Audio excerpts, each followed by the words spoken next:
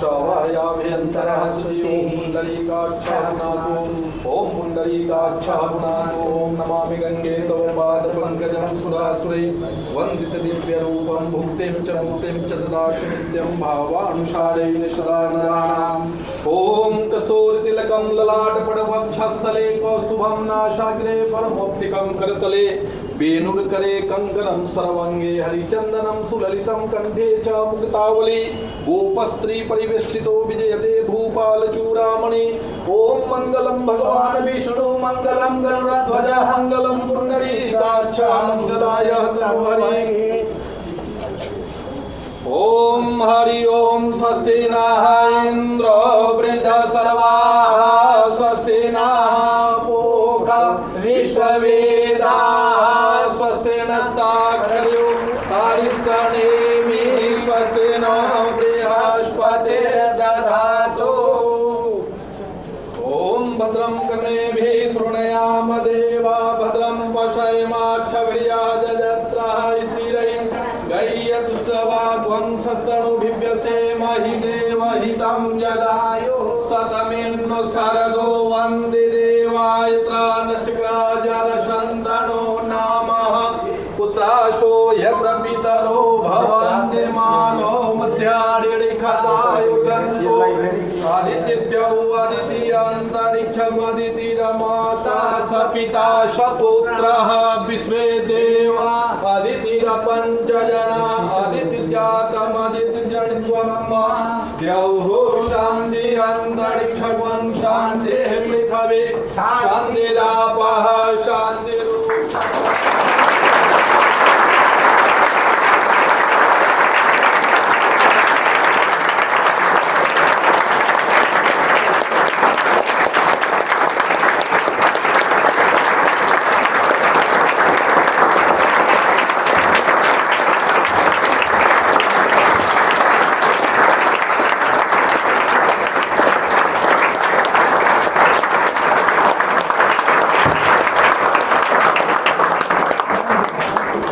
आप लोग मिलना भी चाह रहे थे, आप लोगों की इच्छा भी था।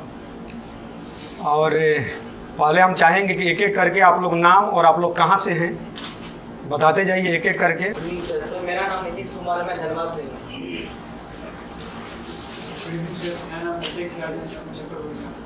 कहाँ से? मेरा नाम शिव कुमार है और मैं वैशाली से हूँ। मेरा नाम श्रेयस है, मैं बक्सर की रहने वाली हूँ। बक्सर। बक्सर मेरा जन्म स्थान है।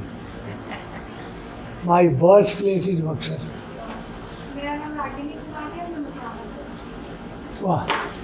गुड इवनिंग सर मैम, मेरा नाम विशाखा कुमारी और मैं मुकामा से हूँ। मेरा नाम मिताली राज है, मैं मुकामा से हूँ। वाह। मेरा नाम रुचिकर मानसी है और मैं पटना से हूँ।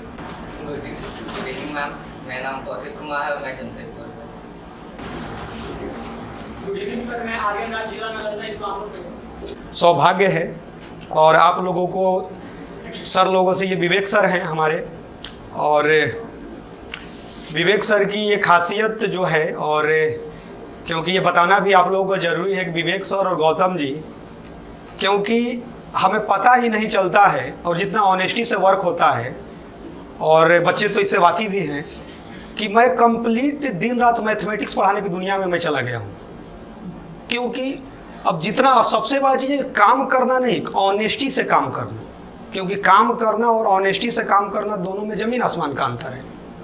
तो जिस टाइप से जितने भी वर्क होते हैं, मतलब जितने प्रकार का, गौतम जी सारे चीज़ों को देखते हैं, विवेक सर जितने असाइनमेंट से लेकर जितने कंटेंट होते हैं, जितने बच्चों को डेली प्रॉब्लम प्रैक्टिस सीट देना है, तो इसके लिए मैं चाहूँगा कि एक बार आप लोग विवेक सर के लिए तो ताली बजा ही सकते हैं।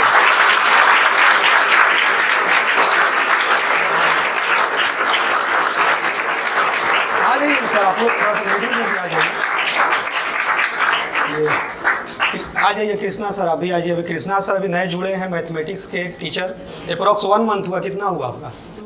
2 मंथ हुआ सर का, और ये पटना से ही हैं, और ये जमशेदपुर से सर अभी जस्ट केमिस्ट्री में जुड़े हैं। आ जाइए सर। और सब कोई एक टीम के तहत काम कर रहा है। नितेश सर हैं, और आप लोगों को चेयरमैन सर से बातें भी करना है, और आप लोगों ने बहुत सारा, क्योंकि सबसे सामान्यता नहीं लेकिन कुछ कुछ बच्चों ने अपना लिस्ट दिया है कि इनसे बहुत सारी बातें इन लोगों को करना है, और कुछ ये लोग जहाँ ये लोग जाना भी चाहते हैं, क्योंकि सबसे कम उम्र का सबसे टफ कंपटीशन है आईआईटी।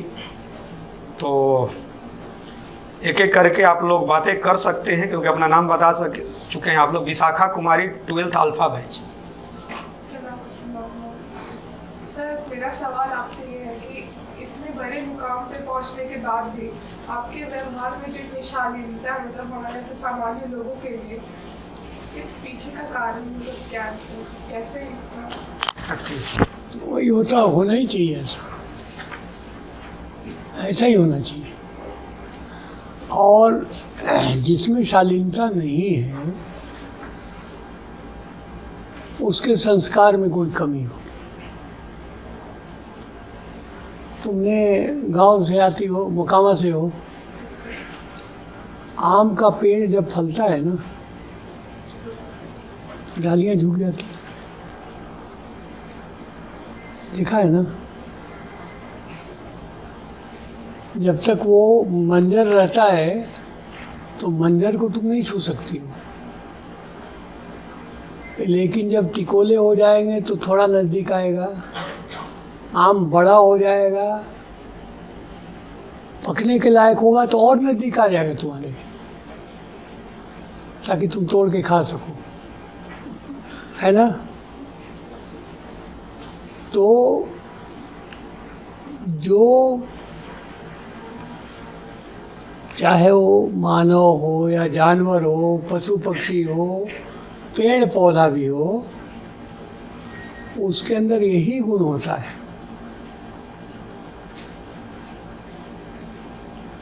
लेकिन ताड़ का पेड़ बहुत लंबा हो जाता है लेकिन झुकता नहीं झुकता है ना। और ताड़ के पेड़ के नीचे जाना भी नहीं चाहिए, क्योंकि अगर पका हुआ फल सिर पे गिर जाए तो सिर फट जाएगा,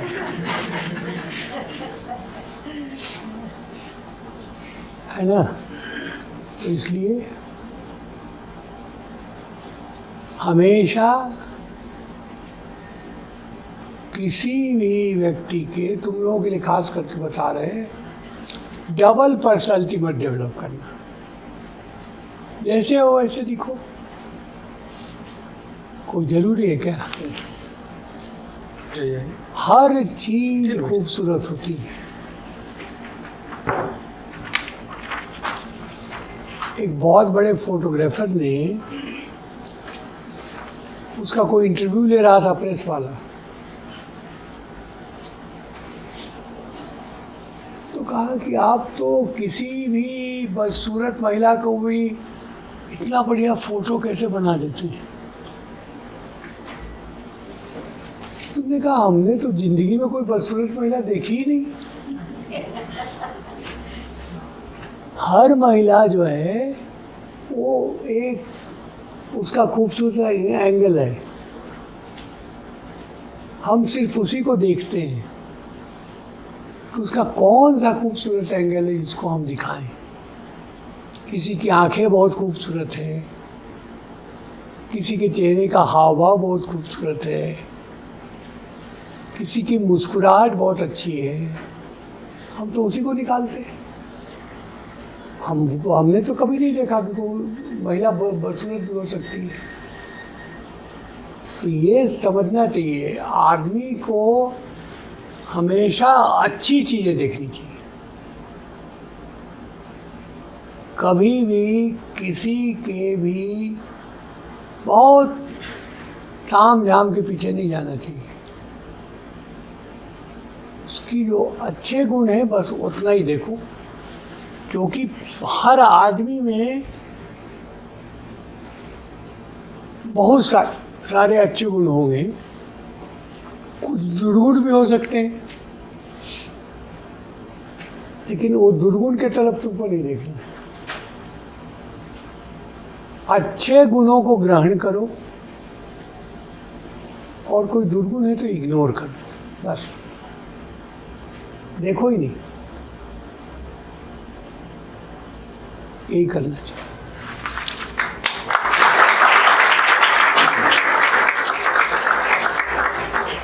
अंशु राय 12th अल्फा।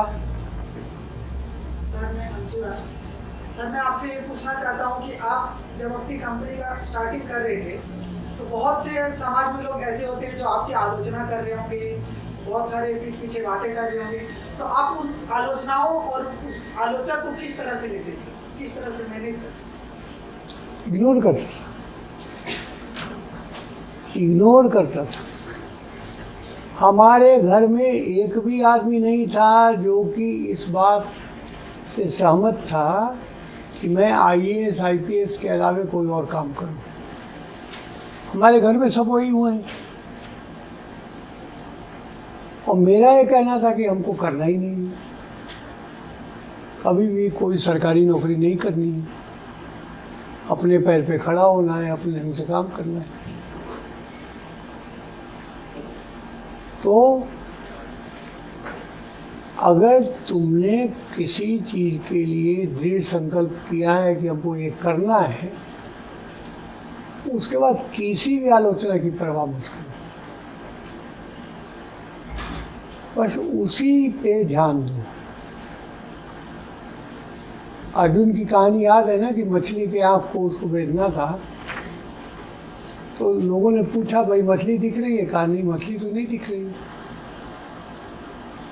हाँ मछली घूम रही है, हम सब देख रहे हैं, तुमको नहीं दिख रही इतनी, तुमको क्या दिख रहा है? हम मछली की वो आँख दिख रही है जिसको हमको भेजना है।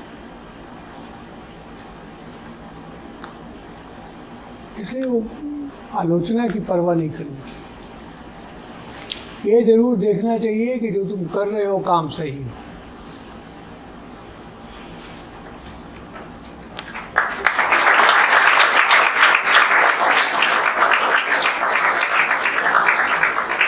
कुशाग्र 11th बीटा।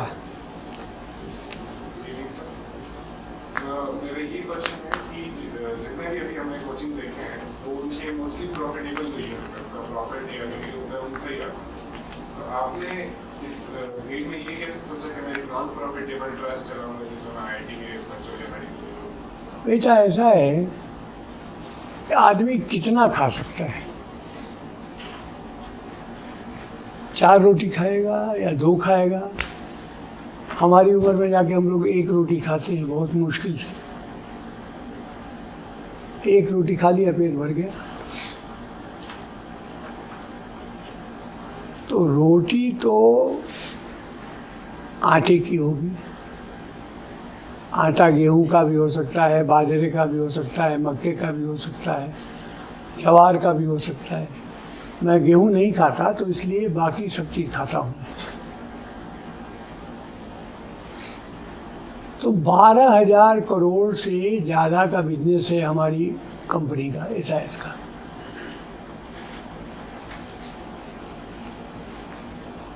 हमारी तनख्वाह भी 10-12 लाख रुपए काट कूट के मिल ही जाता है। क्या चाहिए, कितना खा लेंगे हम? तो काम कुछ ऐसा करना चाहिए ताकि ऐसे लोग जिनको अवसर नहीं मिला है, हम इंजीनियरिंग नहीं कर पाए, IT सोच भी नहीं सकते थे, क्योंकि हम 8 भाई बहन थे, माता पिता मिला के 10 लोग थे हम लोग। हम तो सोच ही नहीं सकते थे। इंजीनियरिंग और मेडिकल तो छोड़ दो, कॉलेज में भी और स्कूल में भी अगर हम 100% स्कॉलरशिप नहीं ला सकते तो पिताजी का कहना था कि गांव चले जाओ, दादाजी के साथ रहो, खेती करो, क्योंकि फीस नहीं दे सकते थे। वो कहते थे कि हम खाना दे सकते हैं और होली में और दशहरे में एक एक जोड़ी कपड़ा दे सकते हैं, इतना ही दे सकते हैं। तो वो बहुत क्लियर थे इस मामले में। इसलिए अगर तुमको 100% स्कॉलरशिप नहीं है तो हम नहीं पढ़ा सकते। As simple as that. हमारे सारे भाई बहनों ने स्कॉलरशिप पे ही पढ़ाई, सबों ने। उसके अलावे अपने पॉकेट खर्चा के लिए कुछ चाहिए होता है, ट्यूशन किया, जूनियर बच्चों को पढ़ाया।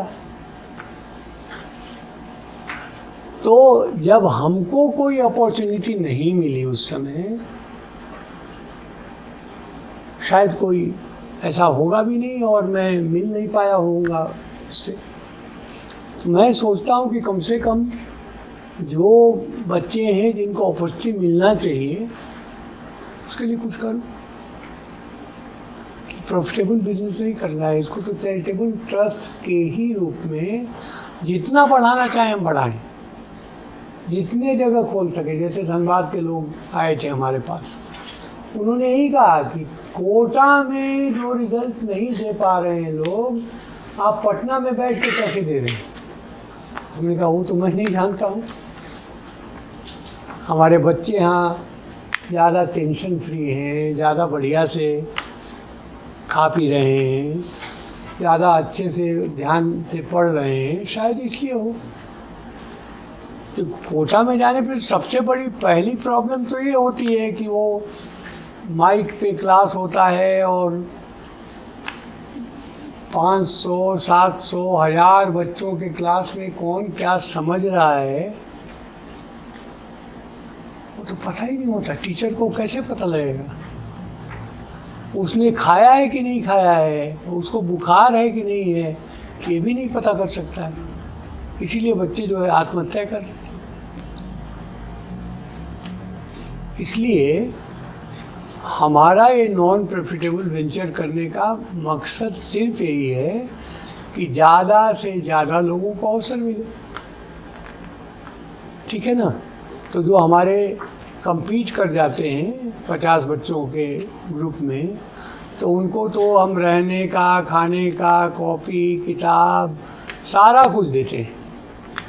और जो बेचारे नहीं कर पाते हैं लेकिन फिर भी पढ़ना चाहते हैं, तो हम उतना ही उनसे लेते हैं जिससे कि हमारा खर्च निकल जाए। बात समझ गए?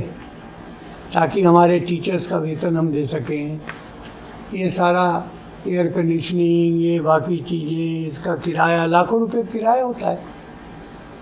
कहीं पर भी जाओगे तो कोई तो 1000 में तो मिलता नहीं, उतना भर और कुछ नहीं।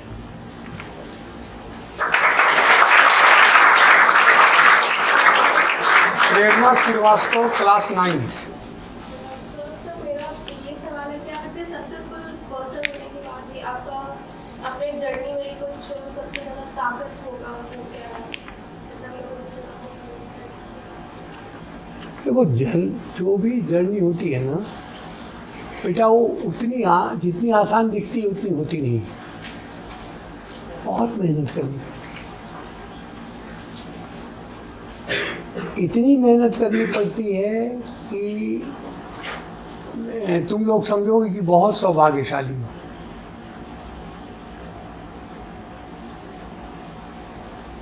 जैसे अब ये कहें कि जब शुरू के दिन थे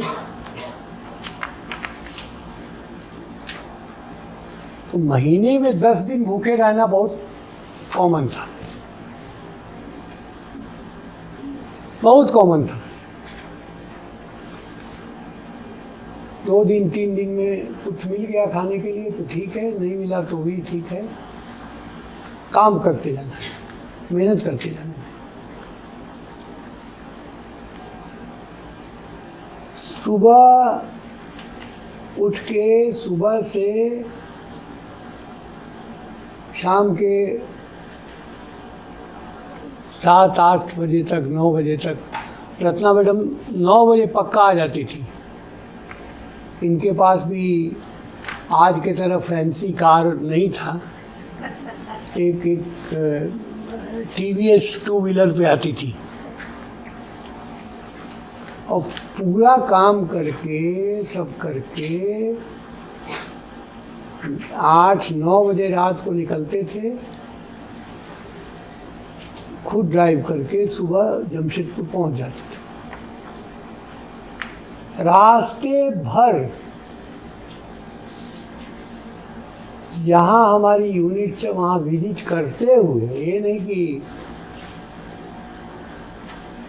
उसी में किसी जवान के मेस में कहीं कुछ खाना मिल गया, रोटी दाल तो बहुत है, और दिन भर जमशेदपुर में काम करके शाम को फिर वहाँ से चल के पटना पहुँच जाते। ये हफ्ते में एक आध दिन तो होता ही था, कभी कभी हफ्ते में 2 दिन भी हो जाता था। ऐसा होता है, बहुत मेहनत करनी पड़ती है, बहुत लगन से ईमानदारी से काम करना पड़ता है। अपने लक्ष्य के प्रति कभी भी बेईमानी नहीं करना चाहिए, क्योंकि अगर तुम बेईमानी कर रहे हो तो तुम अपने को धोखा दे रहे हो। कि बेईमानी कभी नहीं करना चाहिए। मेहनत और ईमानदारी 2 चीज़ जरूर हमेशा साथ रखो। कठोर मेहनत। कई बार होता था कि हमको तो नींद आ जाएगी, तो किसी ढाबे में रुक गए, वहाँ 1 कप चाय पी लिया, मुँह हाथ धो लिया, फिर आगे बढ़े, क्योंकि एक्सीडेंट भी नहीं करना है ना। गाड़ी चला के जा रहे हैं तो हमें कोई दुर्घटना भी नहीं करनी है, लेकिन ये नहीं है कि हम सो जाएंगे, क्योंकि हमको सुबह अगर पहुंचना है जमशेदपुर तो पहुंचना है, क्योंकि उसके बाद तो शेव भी करना है और सूट टाई पहन के रूसी मोदी और जे ईरानी जिनके नाम तुम सुनती होगी, उन लोगों के साथ मीटिंग भी करना है 9 बजे सुबह। कैसे होगा? इसलिए मेहनत का कोई सब्स्टिट्यूट नहीं होता है, कभी भी नहीं।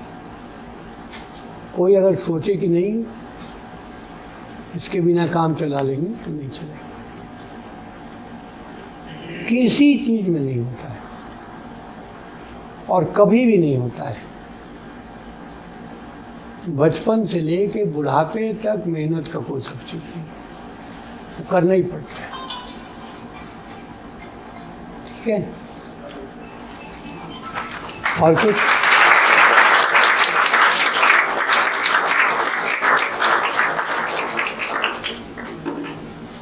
इसके बाद अगला जो नाम है, लेकिन उससे पहले कुछ बच्चे यदि इस बातों को सुन रहे थे, रेस्पेक्टेड चेयरमैन सर जो बोल रहे थे, तो शायद जो बच्चे यदि किसी दिन हॉस्टल में सोए रह गए और क्लास ना आए, जो बाहर से बच्चे आते हैं, तो हम लोग तो कई बार कहते हैं कि क्या अपने पिताजी से तुमने बताया है कि आज मैं क्लास नहीं जा रहा हूँ? क्या तुम्हारी माताजी को इसकी जानकारी है? तो शायद मैं उन लोगों का चेहरा देख रहा था, मैं नाम नहीं ले रहा हूँ, कुछ तो जो अनुपस्थित हैं तो उनका मैं इसकी ऐसे 99% है, मतलब ऐसे ही होता है। किसी भी रिजल्ट में 1% सीट होते हैं, लेकिन लड़ने वाली लड़ाई को जीत ही जाते हैं। लेकिन पर डे आप क्लास आते हैं तो इसकी गारंटी नहीं है कि आप उस कॉन्सेप्ट को सीख तो गए। घर जाते जाते, हॉस्टल में जाते जाते फिर अगले दिन आप आते हैं कि सर आप बताए थे कॉन्सेप्ट क्लियर हो गया, लेकिन रिवाइज करते समय यहाँ पर कन्फ्यूजन है। तो आने के बाद भी कन्फ्यूजन यदि है तो न आने पर क्या होगा?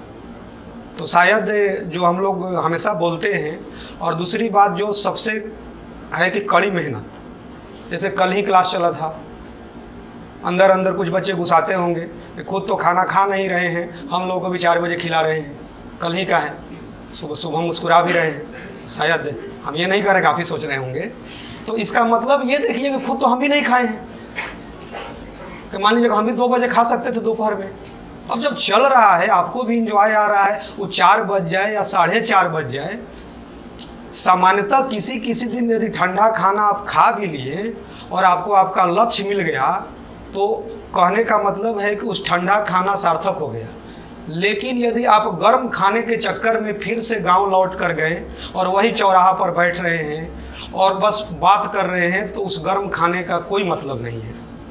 तो सामान्यतः है, शायद कुछ दिन तो मोटिवेट हो सकते हैं आप लोग, लेकिन जब अंदर की शक्ति जो, क्योंकि अभी एक शायद GTO ऑफिसर होंगे जो चेयरमैन सर से उन्होंने पूछा, तो मैंने उस चीज़ों को समझा और आप लोगों से कुछ चर्चा भी किया था कि इच्छा शक्ति यदि आपकी मजबूत ना हो, यदि आपकी इच्छा शक्ति मजबूत ना हो, तो क्या होता है कि भाई हमको मन बना लिया कि 5 से 7 घंटा, कल या परसों मैंने एक वीडियो बनाया है। क्यों बनाया था? अनग नाम है आपका, अमोघ, आपकी माताजी आई थी, आप आए थे ऑफिस में, मैंने एक ब्लैंक कॉपी दिखाया था, खड़ा हो जाइए, और एक कॉपी होगा सर, उसमें क्वाड्रेटिक इक्वेशन का लाइएगा। इनको मैंने ब्लैंक कॉपी दिखाया। सामान्यतः है रविवार को तो मैंने प्रत्येक रविवार को क्लास तो मैं लेता ही हूँ। इस बार सौभाग्य था कि सर लोगों को क्लास लेना था, तो मैंने क्या बोला कि रविवार को मैं 200 पेज लिखूंगा, बताया था, कॉपी भी दिखाया था। उस पर मैंने ऐसे लिख भी दिया था कि ऐसा ना हो कि मैं कॉपी चेंज ना कर दूं कि पहले से लिखे हैं, लगता है 200 पेज दिखा दिए आपको। उस पर मैंने लिखा था और कल लाकर मैंने या परसों दिखाया आपको कि देखिए 250 पेज मैं लिख चुका हूं। अब उसमें होता क्या है, मन तो आपने बनाया कि हम लगातार 10 घंटा पढ़ेंगे। अब मन यह कह रहा है कि आधा घंटा 1 घंटा के बाद, क्योंकि निगेटिव थिंकिंग तो चले ही जाते हैं, थोड़ा सा फेसबुक हो, व्हाट्सएप हो, रील्स हो, शॉर्ट्स हो या एनी अदर एक्टिविटी हो, मन आपका वहां पर गया, इसके बाद बैठेंगे, लेकिन वो मन फिर लौट कर आता नहीं है।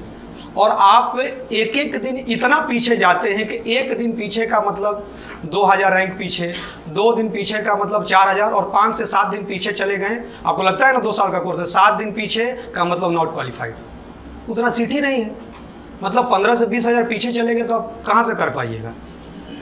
तो उसमें बहुत सारे बच्चों को दिखाया गया था, ये कॉपी है, यही कॉपी था, उस दिन यही दिखाए थे आपको लिख करके, हम चेंज नहीं करेंगे।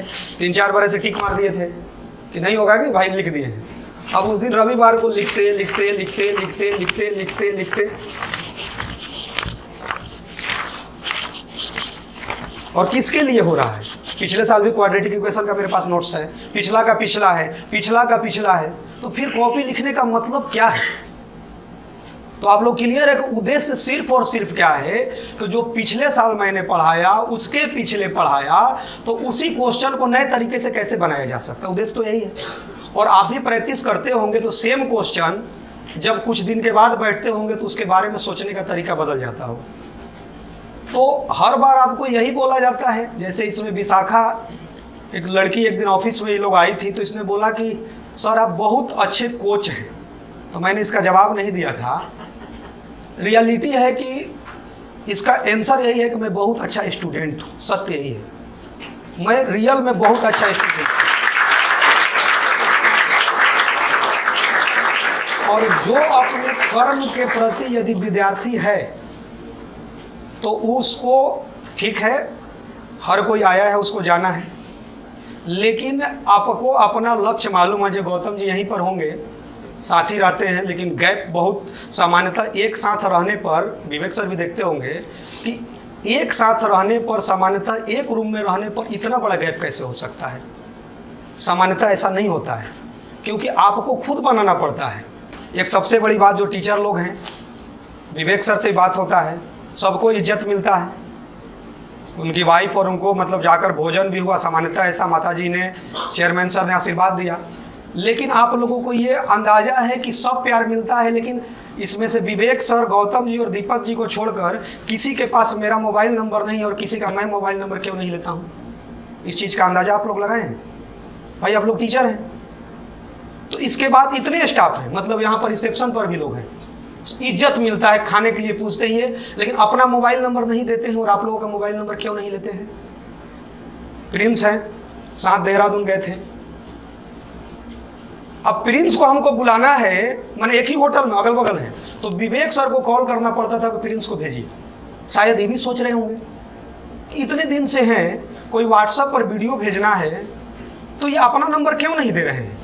उधर से वीडियो घूमकर इनके पास क्यों आ रहा है? दीपक जी से आ रहा है, गौतम जी से आ रहा है, और इनसे आ रहा है, यहाँ तक कि साथ ये गए, तो भाई साथ भी गए तो बात करना है कि मैंने इनको, तो इधर से कॉल जा रहा है। समस्या यह है कि जिस दिन आपकी ऑनेस्टी और ईमानदारी, कर्म तो आपका बेहतर है ही, लेकिन यदि दिल से दिल मिल गया, जैसे मैथमेटिक्स की भाषा में आपको बता रहे हैं कि 1 + 1 2 होता है, मैथ की भाषा में 1 में 1 जोड़ते हैं तो क्या होता है, 2 होता है। और वही मैथमेटिक्स जो होता है 1 और 1 मिल जाएगा तो 11 हो जाएगा, और वो एक संगठन को बना देता है, क्योंकि ये आपके जीवन के लिए भी जरूरी है। वही मैथमेटिक्स का 1 और 1 मिलकर 0 हो जाएगा तो अध्यात्म हो जाएगा, और आपके जीवन के लिए जरूरी ही है।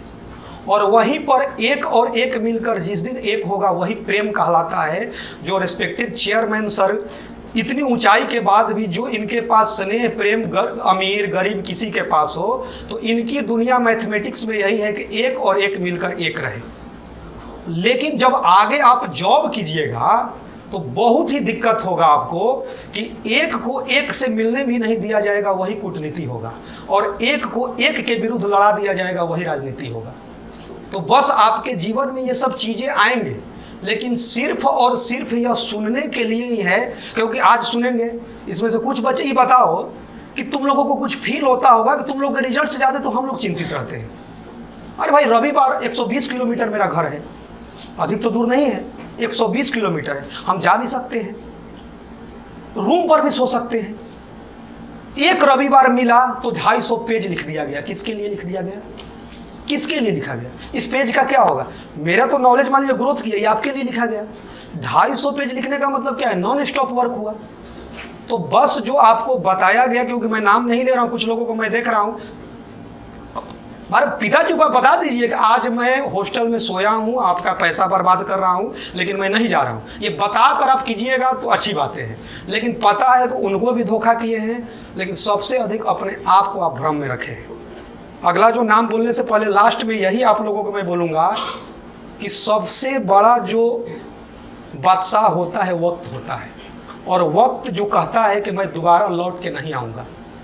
तुमको अब यदि लौट के दोबारा तो आऊँगा नहीं, और जो इस पल को जीना है तो अभी ही जी लो, क्योंकि अगले पल में तुमको हंसाऊँगा कि रुलाऊँगा ये मुझे खुद मालूम नहीं है। तो ये जो आपको लग रहा है कि पापा के पैसा पर आप जीवित हैं, मम्मी का, लेकिन जिस दिन आपको लगेगा कि आप देखते होंगे कि इनका नाम है, इनका शोहरत है, तो नाम शोहरत ऐसे बनता नहीं है। ये जो आप देख रहे हैं ये ऐसे बना नहीं है। और हम लोग को जितने भी थोड़ा बहुत सीख पाते हैं तो कहीं ना कहीं सीखने की एक ललक है। आपको मोटिवेशन क्या होता है? जो सबसे अधिक मोटिवेशनल वीडियो देखता है ना, वही उसको फॉलो नहीं करता है। रियलिटी यही है, उसको फॉलो ही नहीं करता है, दिन भर देखते रहेगा मोटिवेशनल वीडियो। अरे भाई उसको, तुमको मालूम ही है, तुमको बचपन से पढ़ाया गया कि ट्रैफिक के रूल्स का पालन करना है, और तुम ही इंजीनियर डॉक्टर बन के सबसे ज़्यादा ट्रैफिक के रूल्स का पालन तुम नहीं करोगे। तो उस एजुकेशन यदि यहाँ पर नहीं गया और यहाँ पर नहीं गया तो उस एजुकेशन का कोई महत्व नहीं है। तो शायद अगले दिन से आप लोग रेगुलर हों, और मतलब जितने भी हैं जो बाहर से भी, क्योंकि यहाँ पर अंदर बाहर में कोई अंतर नहीं है। आप लोग देखते होंगे कि पार्टी सबको होता है। पेट बच्चे को अभी क्या नाम है, हरीलाल नाम है, सबको ले गए, सबको खिलाया गया। मतलब कैसे खिलाया गया? ये नहीं ना आपने लिस्ट दिया कि सर मैं डोसा खाऊंगा, मैं पिज्ज़ा खाऊंगा, बहुत सारे नाम तो हमको भी मालूम नहीं है, लेकिन सब आपने अलग अलग लिस्ट दिया था और सबको खिलाया गया। क्यों खिलाया गया? क्योंकि यहाँ पर कोई डिफरेंस नहीं है। ये यहाँ से हम लोग सीखते हैं कि ये डिफरेंस यहाँ किसी बच्चों में नहीं है। आप रिजल्ट दीजिए और अपने नाम शोहरत को आगे बढ़ाइए। तो अगला में है शुभम कृष्णन 12th अल्फा। एक सेकेंड, हम उसी चीज़ को आगे बढ़ा रहे हैं। देखो, दृढ़ निश्चय बहुत ज़रूरी है, और एनर्जी जो होती है ना, वो तुम्हारे दिमाग में होती है, वो शरीर में नहीं होती है। हमसे पूछा किसी ने कि आप 73 साल के हो गए और आप तो सुबह दिल्ली में रहते हैं, तो शाम का आपका कोई इवेंट बेंगलोर में होता है, तो फिर बम्बई पहुंच जाते हैं, वहाँ से आप वहाँ चले जाते हैं, हम लोग फेसबुक में देखते रहते हैं आपको, हम लोग परेशान हो जाते हैं, कैसे करते हैं? हमने कहा क्योंकि हमको कार्यक्रम को फॉलो करना है, इसलिए हम करते हैं। और हमने अगर कार्यक्रम को ही एक्सेप्ट कर लिया तो हमको जाना है, वो मेरा निश्चय है। जैसे आपका निश्चय है कि ये हमको आज ये चैप्टर ख़त्म करना है, उसके बाद क्या हो रहा है उससे मतलब नहीं, वो निश्चय आपका है। आज की घटना बताता हूँ। 3 बजे मेरा राजभवन में गवर्नर के साथ एक प्रोग्राम था, समझ गए। मेरी 2 किताबों का गवर्नर साहब रिलीज़ करने वाले थे, विमोचन समारोह था। 1 घंटे का प्रोग्राम था, वो 4 बजे ख़त्म हो गया।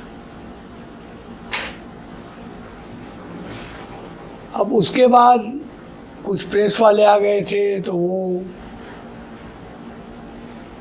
राजभवन के बाहर, अंदर तो जान अलाउड नहीं है बाइट लेना, राजभवन के बाहर वो सड़क पे खड़े होकर बाइट लेने लगे, उसमें समय लग गया।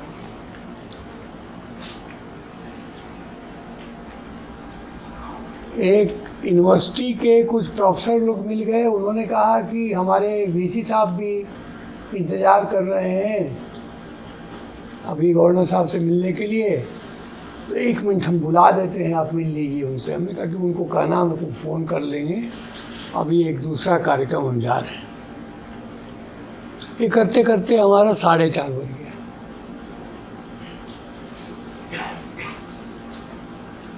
विचार यही था कि चूँकि लंच करके हम नहीं गए थे,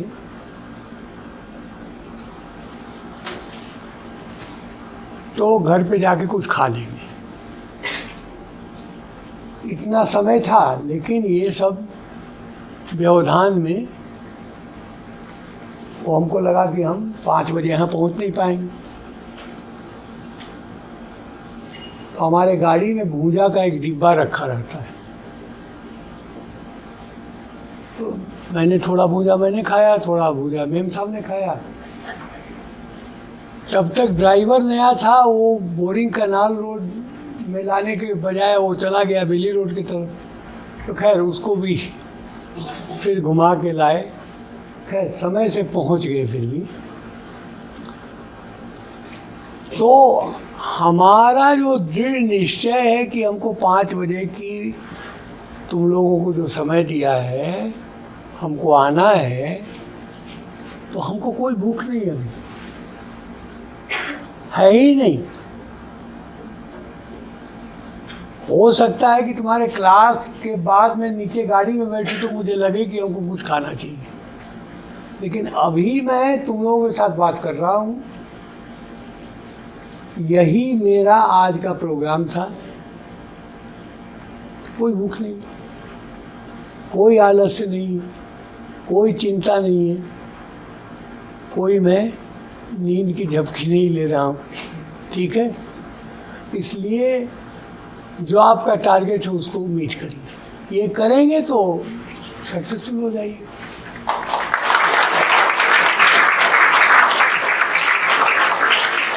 शुभम कृष्णन 12th अल्फा।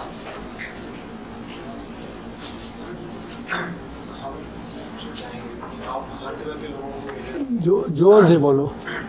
अपने इस जर्नी में हर तरह के लोगों को मिले होंगे, कुछ लोग ज़्यादा मेहनत करते हैं, कुछ लोग कम मेहनत करते होंगे। मेरा ये सवाल था कि कुछ ऐसे बहुत सारे लोग होते हैं इस दुनिया में जो बहुत कड़ी मेहनत करते हैं, बहुत लगन से काम करते हैं, लेकिन हर कोई बहुत ऊंचे मुकाम तक नहीं पहुँच पाता। ऐसा क्यों? सबका अपना अपना IQ लेवल होता है, सबका अपना अपना संस्कार होता है, सबकी अपनी अपनी समझ होती है, उसके हिसाब से ही बढ़ेगा वो।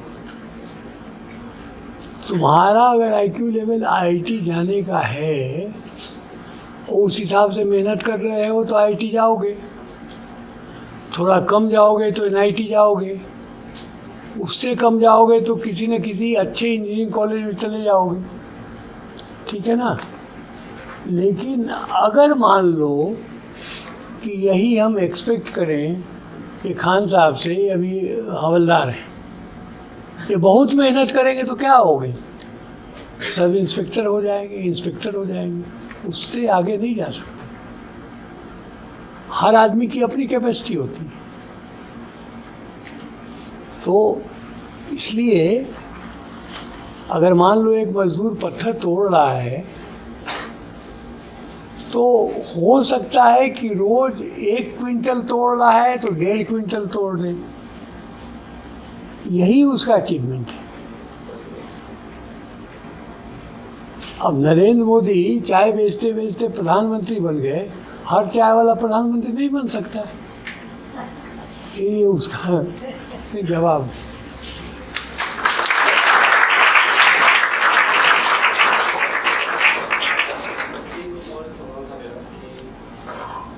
मैं ये सोचता हूँ कि जो कुछ लोग होते हैं जो जिन्हें शुरू में देख के लगता है कि इनकी मेहनत रंग गई, आपने भी ऐसे लोगों को देखा होगा, लेकिन बीच रास्ते में कहीं ऐसा लगता है कि वो भटक गए।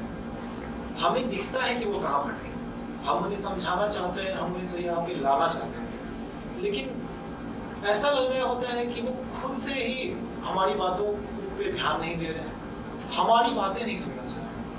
फिर भी क्या हम उन्हें सही राह पे ला सकते हैं? कोई लाना कोई ज़रूरी नहीं है, वो कभी राह पे आएंगे नहीं। आप अपना समय बर्बाद करेंगे, ऐसे लोगों को कभी राह पे लाने की कोशिश भी मत कीजिए।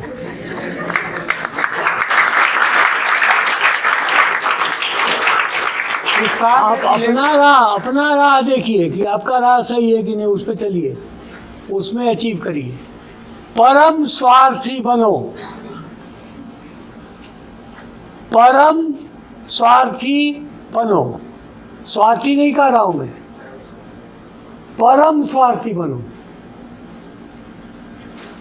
एकदम स्वार्थ की पराकाष्ठा पे चले जाओ, तब तुम अचीव करोगे।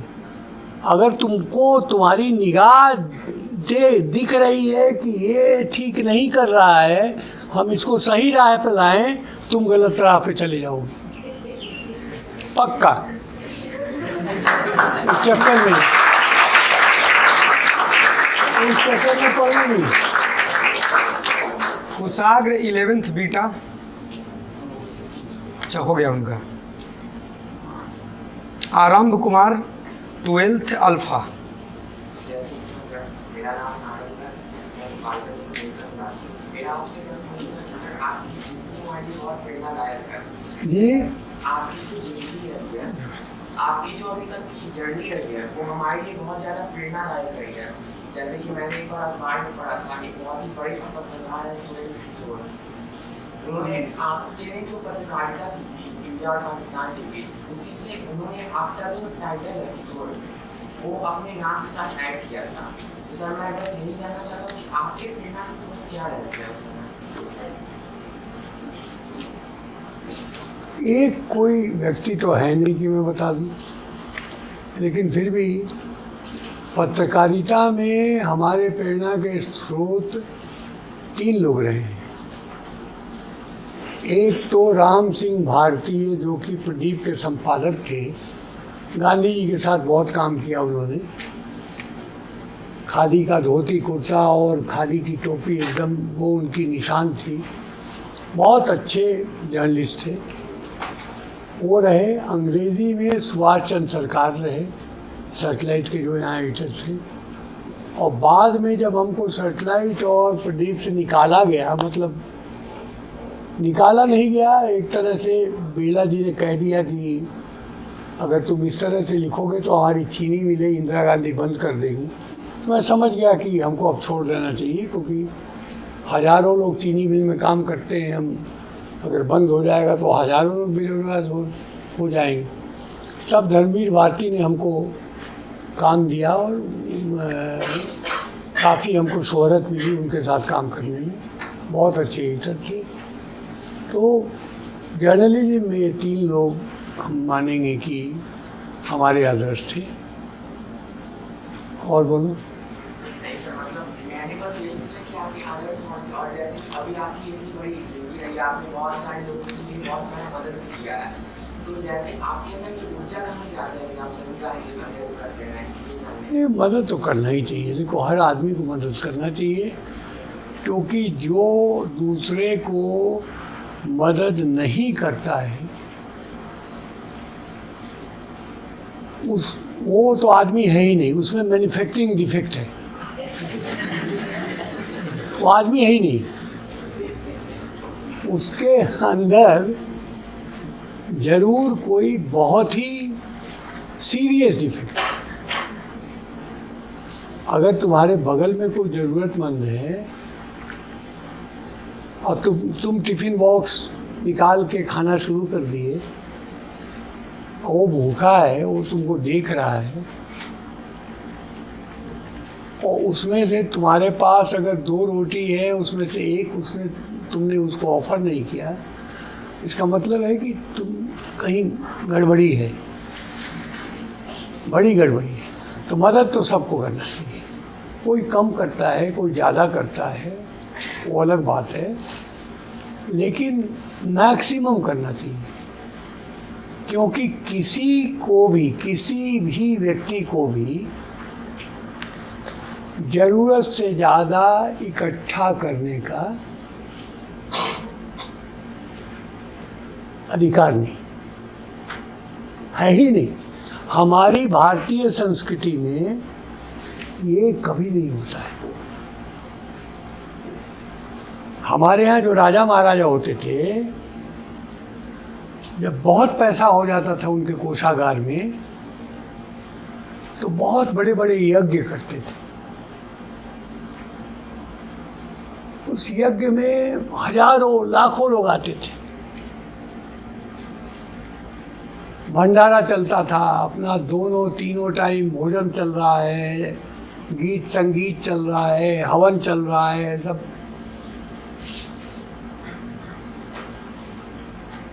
और जो भी जरूरतमंद आता था उसको दान देते थे।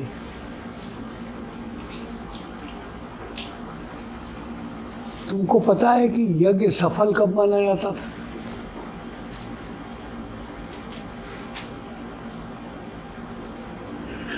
ज़्यादा लोग आए, ज़्यादा खाना पीना हुआ, ज़्यादा दान दिया, इससे यज्ञ सफल मानते थे लोग?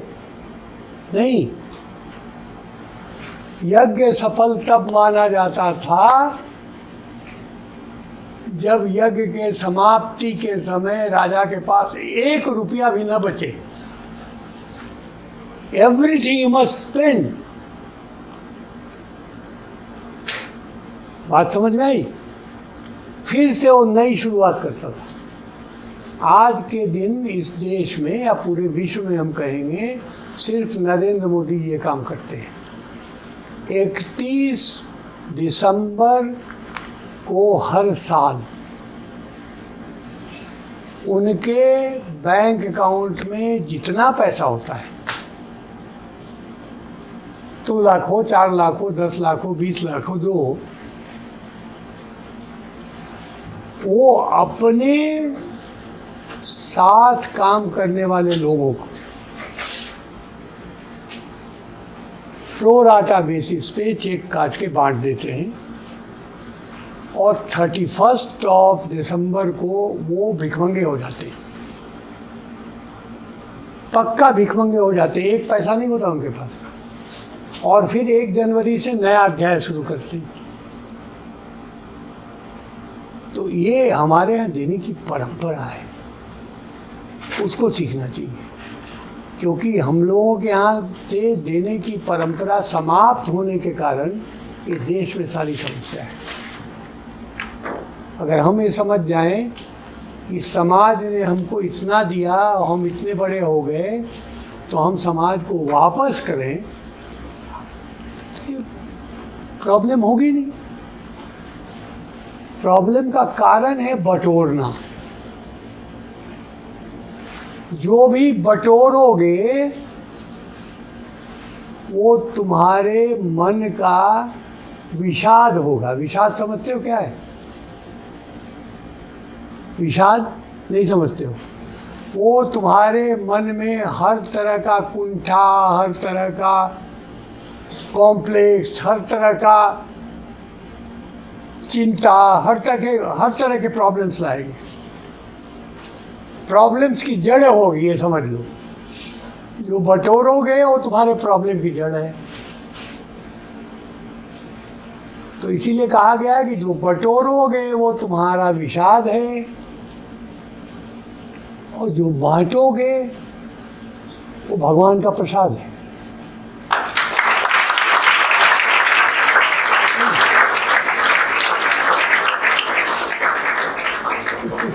Princy 11th beta.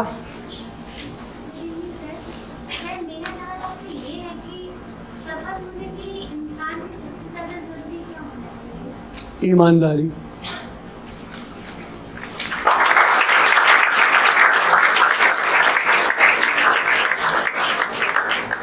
मिताली कुमारी 11th अल्फा।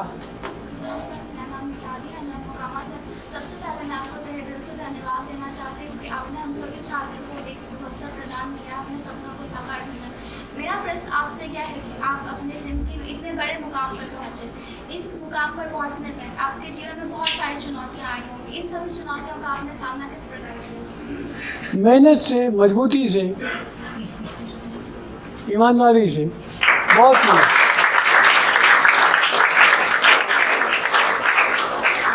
मैंने कहा ना कि शुरू के दिनों में जब काम शुरू किया था मैंने, तो महीने में 10 दिन भूखे रहना सामान्य बात थी। हम थक जाते कि आज तो खाना नहीं मिला, वहीं रह जाते। ये सारा ब्लॉक्स है ना, ये मेंटल है, शरीर में नहीं होता है, तुम्हारी सोच में होता है। आप अगर 2 दिन 4 दिन भी, हफ्ते भर भी अगर भूखे रहोगे, पानी पी के भी काम करोगे, आप कर सकते हो। हाँ, उसके बाद अलग अलग शरीर पे अलग अलग तरह से दिक्कत होती है, लेकिन जिसका मान लो कि वेट ठीक है, तो 1 आध सप्ताह तो अगर उपवास किया उसने तो थोड़ा वजन कम हो जाए, और कुछ नहीं हो। ये चिंता कभी नहीं करना चाहिए, बहुत मस्ती से काम करना चाहिए। मेहनत करो, ईमानदारी से काम करो, बस। सबसे बड़ी समस्या क्या है कि हम अपने ध्येय के प्रति, अपने एम्स एंड ऑब्जेक्टिव के प्रति खुद ही में ईमानदार नहीं होते हैं। सबसे बड़ी प्रॉब्लम यही है। हम खुद ही डिसऑनेस्टी करना चाहते हैं उसके साथ में, तो कभी सक्सेसफुल होंगे ही नहीं। कैसे होंगे? आपने शुरुआत ही किया है धोखा देने से, अपने को धोखा दे रहे हैं आप, तो कैसे आप सक्सेसफुल होंगे? इसलिए आपका जो ध्येय है उस पर कोई कॉम्प्रोमाइज़ नहीं। आपके खाने पे कॉम्प्रोमाइज़ है, आपके सोने पे कॉम्प्रोमाइज़ है, आपके रहने पे कॉम्प्रोमाइज़ है, आपके कपड़े पे कॉम्प्रोमाइज़ है, सब चीज़ पे आप कॉम्प्रोमाइज़ कर सकते हो। लेकिन आपका जो ऑब्जेक्टिव है कि हमको तो IIT निकालना है, इस पे कॉम्प्रोमाइज़ करोगे तो धोखा दे रहे हो, देना ही नहीं। इस पे कॉम्प्रोमाइज़ मत करो, निकल जाओ।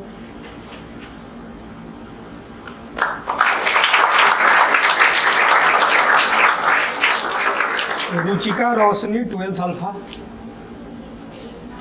मैम, सर आपसे मेरा ये प्रश्न है कि हर वो इंसान जो अपनी सफलता की ओर अग्रसर होता है, तो आपके विचार से उस इंसान को सबसे ज़्यादा किन चीज़ों का ध्यान रखना चाहिए?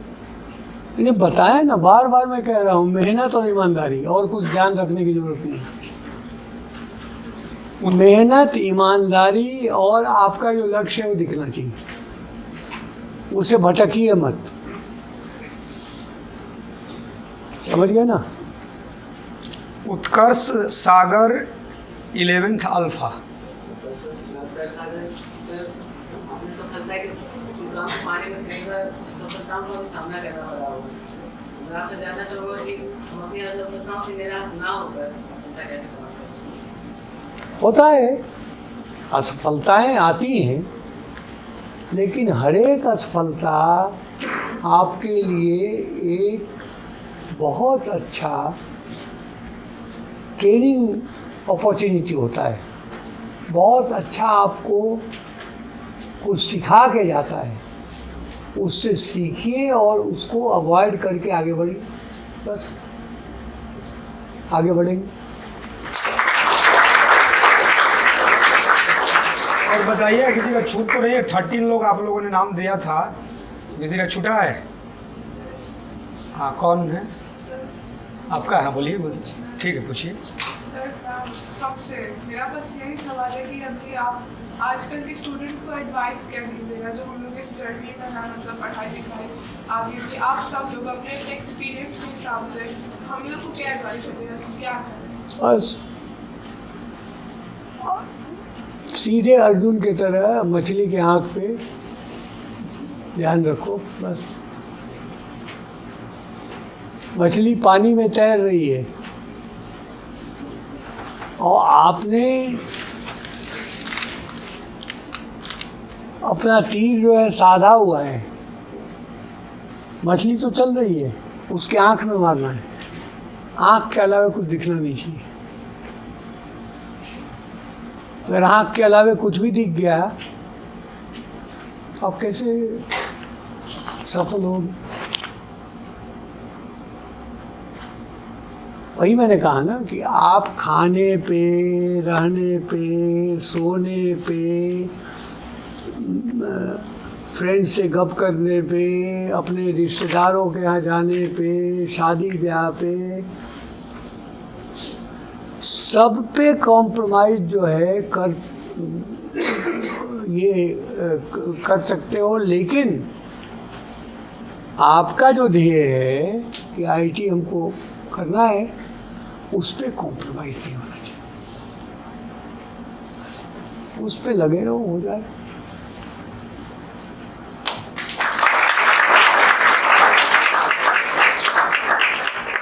असफलता नाम का जो शब्द है ना, वो डिक्शनरी में गलत है। असफलता नाम की कोई शब्द होती नहीं है तुम्हारे दिमाग में,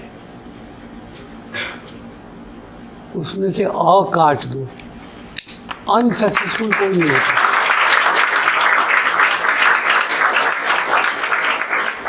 अनसक्सेसफुल कुछ होता ही नहीं।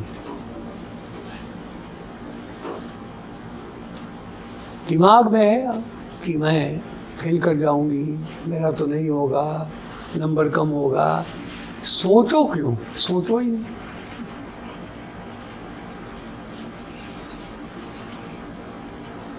तुमको तो ये सोचना है कि भाई हमको तो कम से कम बॉम्बे में जाना चाहिए, आईटी बॉम्बे।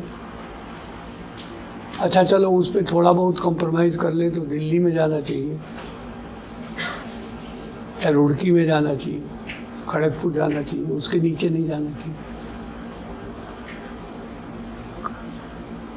तुम अगर ठान लोगे कि हमको जाना है तो 100% जाओ, कोई नहीं जाने का सवाल नहीं।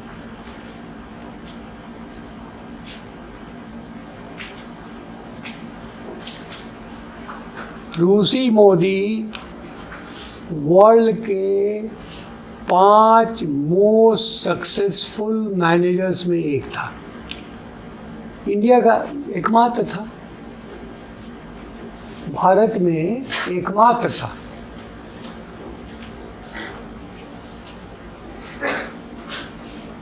और मैं एक यंग मैन की तरह, जैसे रजनी है, गया था मैं मिलने के लिए। 2 दिन 3 दिन 4 दिन इंतज़ार करना पड़ा, लेकिन मिला वो।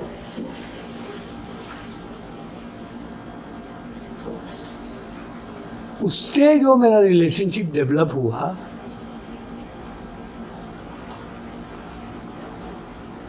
वो मुझे आरके तो कहता ही था, मैं भी उसको रूसी कहने लग गया, फर्स्ट नेम। हमारे पिताजी की उम्र का था वो। उसका एज जो था मेरे पिताजी की उम्र का था। और मैं दिल्ली में कलकत्ता में ओबेरॉय ग्रैंड में ठहरता था, और मैं उसको फ़ोन करता था कि Rusi I am here, I want to come and see you. वो कहता था no no, I am coming to see you, tell me your number. और आता था तो best brand of scotch whisky जो है एक झोले में लेके, उसके साथ आदमी होते थे लेके आने के लिए, सब मेरे कमरे में आता था। मैंने कहा ये क्या है?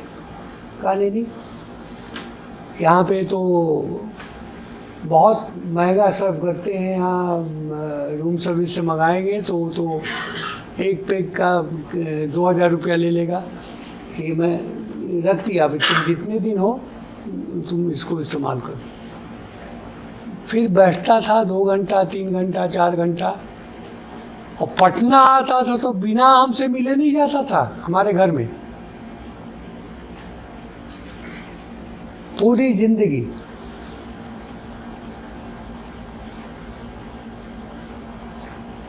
तो वो उसको पहचान थी आदमी की। मैं पूछता था उससे कि कैसे तुम best one of the best 5 managers of the world हो गए? कहा nothing friend, I am meeting people, I meet and I just see the. वो कहता था मैं खानदान देखता हूँ, मतलब I just see the person's merit. वो हिंदी कम बोल सकता था, ज़्यादा नहीं बोल सकता था, अंग्रेज़ी ज़्यादा बोलता था। कहता मैं ख़ानदान देखता हूँ, अगर वो ख़ानदान उसका सही है तो आदमी आगे बढ़ेगा। क्योंकि हम लोग झगड़ा भी करते थे तो हम लोग उस अग्री करता था। If I am at a wrong, then he will definitely not yield. लेकिन अगर वो उसको लगेगा कि नहीं ये बात ठीक कर रहा है तो वो एग्री करता था। इन बड़े मैनेजर्स ने मैंने देखा इसको, यही जमशेद ईरानी में भी ऐसा ही था जो रूसी के बाद आया, तो वो भी इसी तरह का था। ऐसे ऐसे लोग आपको बताएं, ये जो होते हैं, ऐसा नहीं कि कोई बिना किसी वजह के होते हैं। बहुत एक मामूली वो पर्सनल अफसर होके आया था, और बताइए टाटा ग्रुप का चेयरमैन होके यहाँ चलता था तो स्पेशल प्लेन से जाता था। उसका बेरा, उसका कुक, उसका सारा उस प्लेन में चलते थे। लेकिन उसमें क्वालिटी ही थी। इसलिए अगर रूसी मोदी की कोई पार्टी होती थी तो बहुत बड़ा शराब को पसंद करने वाला भी कोई अफसर होता था ना, तो बहुत आराम से थोड़ा सा कुछ उसी में सोडा डाल डाल के, ज़्यादा पीता नहीं था। कारण क्या था? कारण ये था, ये नहीं था कि रूसी रोकता था किसी को, कारण ये नहीं था कि कोई और दिक्कत थी। 2 बजे रात को पार्टी खत्म होगी, रूसी बोलेगा okay friends, tee off at 5:30। Golf में टी ऑफ होता है, जबकि बॉल को पहला मारते हैं ना, सीधा दी गोल कोर्स। तो वो तो बुढ़ापे में भी ये मेंटेन कर सकता था। बाकी लोगों को तो दिक्कत 2 बजे अगर पार्टी ख़त्म हुई और कह रहा है कि 5:30 बजे see you at the top, तो लोगों की हालत ख़राब रहती थी इसमें।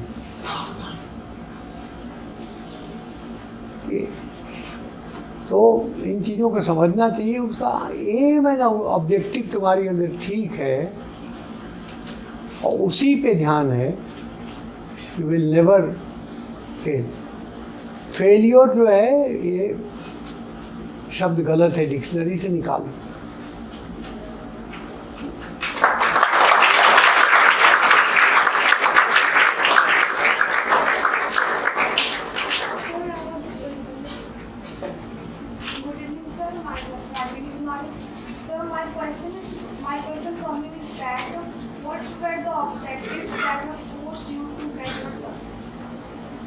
What was the? What were the objectives that were forced you to get your success? What was the objective?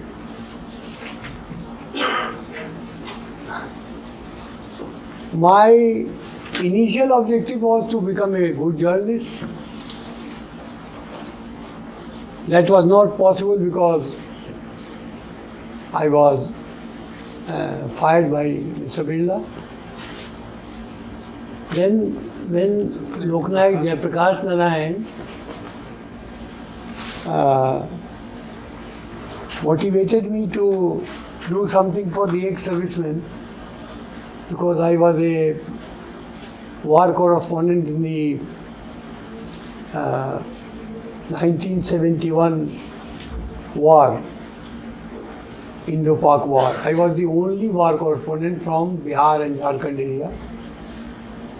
Very tough test होती है, ऐसे सब कोई नहीं जा सकते, क्योंकि आर्मी के साथ रहना होता है, खाना होता है, उनके साथ मूव करना होता है, वार में रहना होता है उनके साथ। तो उसके बाद मेरी ऑब्जेक्टिव चेंज हुई। तब फिर हम एक्स-सर्विसमैन के रिहेबिलिटेशन में लगे, तो फिर SIS का बिजनेस हुआ। फिर जब पॉलिटिक्स में आए तो नेचुरली पार्लियामेंट में जाना सबका बहुत बड़ा रहता है ऑब्जेक्टिव, वो भी पूरा किया। अब मैं लिखता हूँ, मोटिवेट करता हूँ लोगों को, और कोई नहीं। 73 ईयर्स में और क्या करती, और कुछ।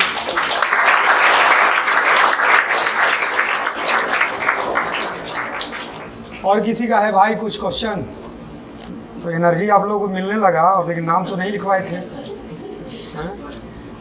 अच्छी बात है, लेकिन अपनी लड़ाई खुद लड़ना है ना, तो ये अच्छी बात है कि मतलब अभी एनर्जी मिलने लगा। चलिए कोई खड़ा हो जाए जिसका मन हो।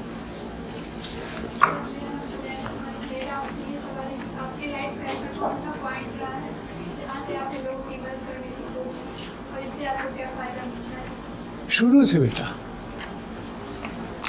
शुरू से मैं लोगों को मदद करता रहा हूँ, और उसके लिए मेरे प्रेरणा स्रोत जो हैं हमारे पिताजी, क्योंकि हमारे पिताजी बराबर इस बात को कहते थे कि किसी को कोई ज़रूरत हो तो उसको ज़रूर जितना संभव हो सके मदद करना चाहिए।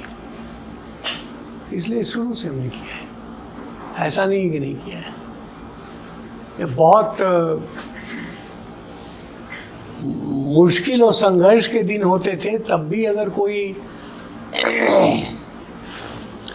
गरीब बच्चा आ जाता था मेरे पास कि हमको स्कूल का फीस देने के लिए पैसा नहीं, मैं किसी तरह से दे देता था इंतजाम करके। उससे भले हमको थोड़ी तकलीफ हो जाए, लेकिन उसको स्कूल से नाम कटने नहीं देता था।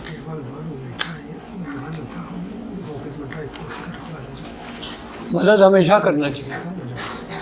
हाँ सही। जोर से बोलो बेटा, जोर से। जब आपके मन में बिजनेस का आइडिया आया, उस टाइम पे इतना सब पढ़ना विकसित था, उस टाइम पे सोर्स ऑफ इनकम क्या था जिससे इतना बड़ा ऐसा ही कार्य करा गया? जीरो। जीरो, बिना एक पैसा के एसआईएस को खड़ा किया मैंने।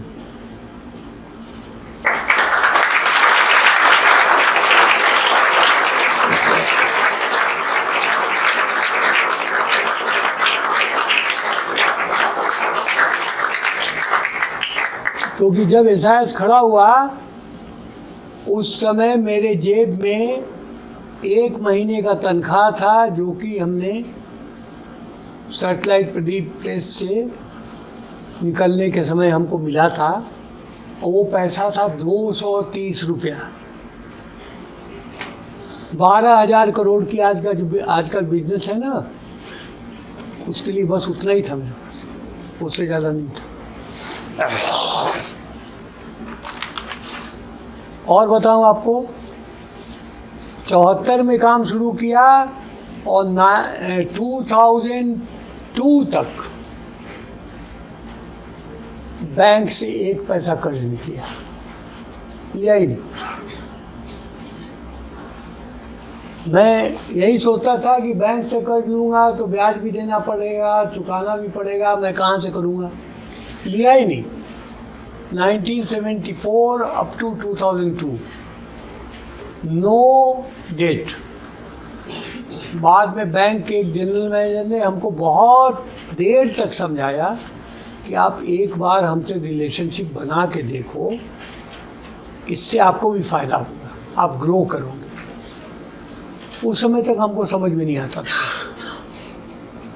वैसे भी मेरा मैथमेटिक्स और मेरा अकाउंटेंसी बहुत कमज़ोर था, नहीं वो आता ही नहीं था हमको। उसके बाद उन लोगों ने मदद किया और उसका हम लोगों ने फ़ायदा उठाया, ठीक है। लेकिन तुम जो कह रहे हो ना कि इतना पूंजी लेके हम गए उस काम में, जीरो, कोई पूंजी था ही नहीं मेरे पास, तो कहाँ से लेके जाते।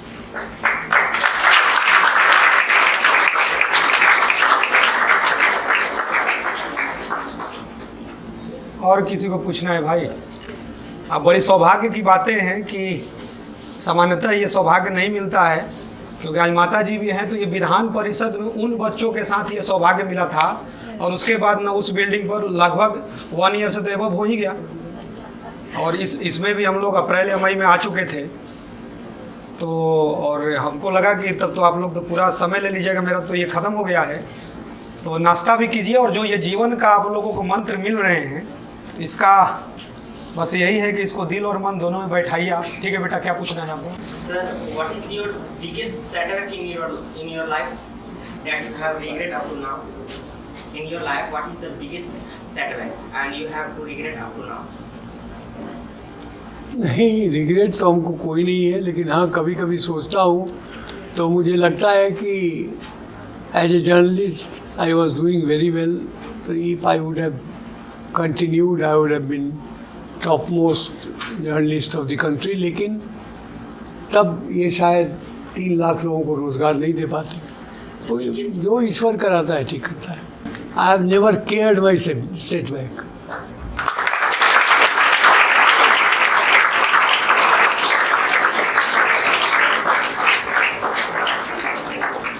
उस सेटबैक जो अपने दिमाग में रखेगा ना, वो कभी सक्सीड नहीं करेगा।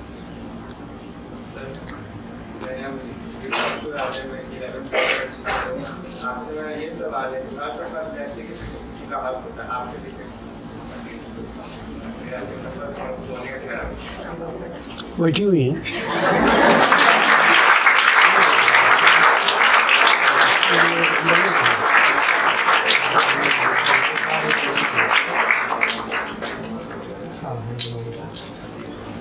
मेरी शादी 1976 में हुई है, उससे पहले भी ये सफल आदमी थे।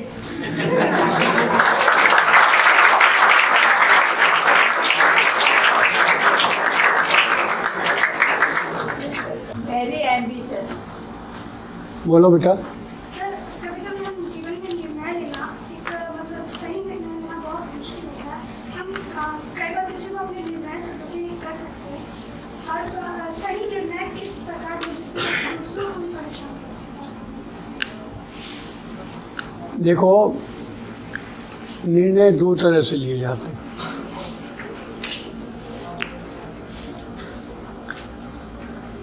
एक दिल से, दूसरा दिमाग से। ठीक है ना? आप निर्णय चाहे जैसे भी लो,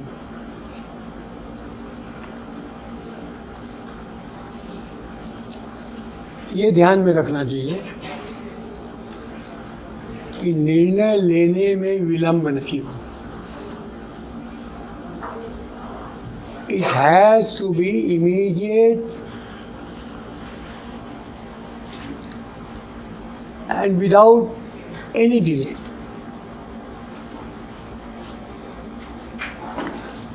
दिल से लोगे तब डिले का चांस कम है, क्योंकि वो तो दिल की आवाज़ जो आएगी उससे करोगे।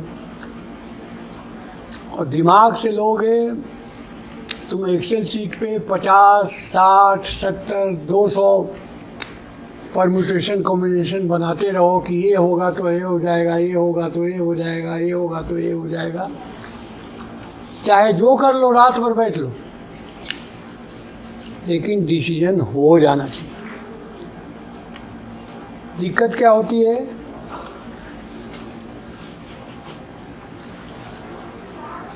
कि जो दिल से निर्णय लेते हैं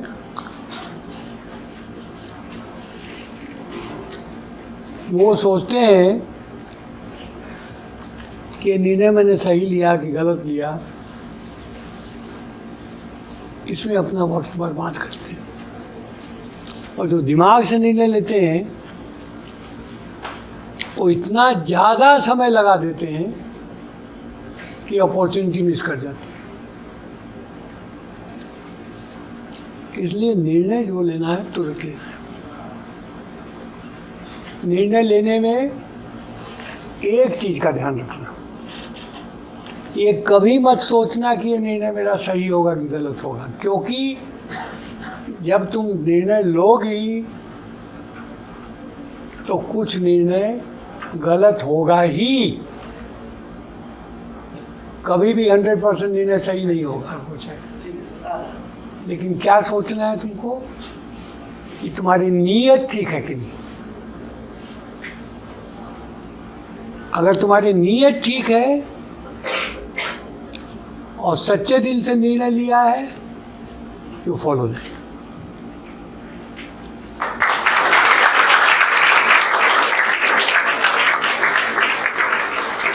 बच्चों का चलते रहेगा। सर लोग, आप लोगों को भी कुछ बात करना था तो आप लोग भी पूछना चाहेंगे, पूछ सकते हैं। विवेक सर भी हैं और आप लोग जो है, क्योंकि इन लोगों का तो ख़त्म नहीं होगा और इसमें मल्टी आंसर में सबका सॉल्यूशन मिल भी चुका है। और आप लोग, मैम का बोल गए थे ये परिचय कराने का, ये अभी मैम आई है, ये बायो की हम लोगों की जुड़ी है, जो मेडिकल का हम लोग का स्टार्ट हुआ है, मेडिकल का जो बैच स्टार्ट हुआ है तो बायो पढ़ा रही है मैम। बहुत बढ़िया। नहीं, बहुत हमसे पूछते हैं जो पेरेंट्स हैं कि मेडिकल शुरू करिए, तो अच्छा किया इन्होंने किया। खास करके बेटियों के जो पिता हैं वो ज़्यादा पूछते हैं। बोलिए सर, क्या बोलिए, आप लोग जो बोलना है बोलिए जी। अच्छा, सब मिल गया मन में। मेरा एक प्रश्न है। हाँ हाँ सर, आजकल का जो बच्चे हैं वो बहुत ज़्यादा डिस्ट्रैक्टेड होते हैं। मीन्स ये बात सही है कि हम लोग आप पे फोकस कर सकते हैं, पर प्रॉब्लम ये है कि उनके पास डिस्ट्रैक्शन के लिए बहुत सारा कुछ है। फिर इस कंडीशन में वो, मतलब हम एज अ टीचर, हम लोग उनके लिए क्या पैरामीटर रखें कि वो वहाँ से ध्यान हटा करके अपने डेस्टिनेशन पे, अपना जो मेन एम है उस पर वो फोकस कर सकें। ऐसा है कि जिन चीज़ों का आप डिस्ट्रैक्शन कर रही हैं उसको मैं उनका एंटरटेनमेंट कहता हूँ। ठीक है ना? तो कोई बच्चा लगातार मैथमेटिक्स पढ़ रहा है, फिजिक्स पढ़ रहा है, केमिस्ट्री पढ़ रहा है, तो थोड़ा उसको ब्रेक चाहिए, वो उनको रिलैक्स करता है। इसलिए वो आपको समय थोड़ा देना पड़ेगा, लेकिन वो समय 15 मिनट हो या आधा घंटा हो, ये आपको डिसाइड करना होगा। और उसके बाद फिर स्ट्रिक्ट होना पड़ेगा। उसके बाद कोई उसको नहीं, मान लीजिए अगर 8 घंटे पढ़ने के बाद कोई बच्चा आधा घंटा जो है कोई यूट्यूब पे कोई देखना चाहता है प्रोग्राम, उसको देखने दीजिए, कोई दिक्कत नहीं है। लेकिन उसके बाद फिर उसको वापस आना है उसमें। तो उसको डिस्ट्रैक्शन को आप डिस्ट्रैक्शन मत कहिए, उनको कहिए कि उनका एंटरटेनमेंट है। क्योंकि काम का जो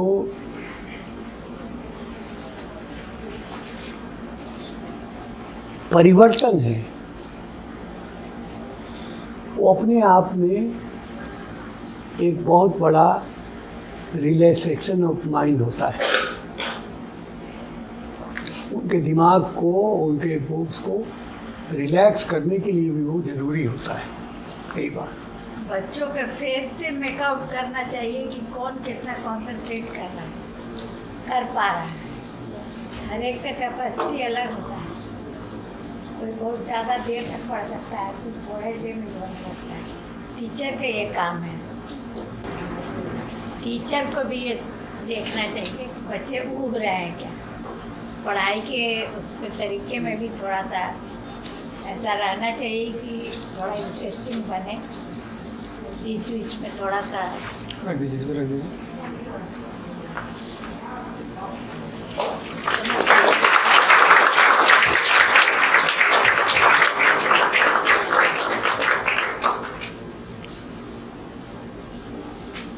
और किसी को भाई 25 मिनट समय, 30 मिनट।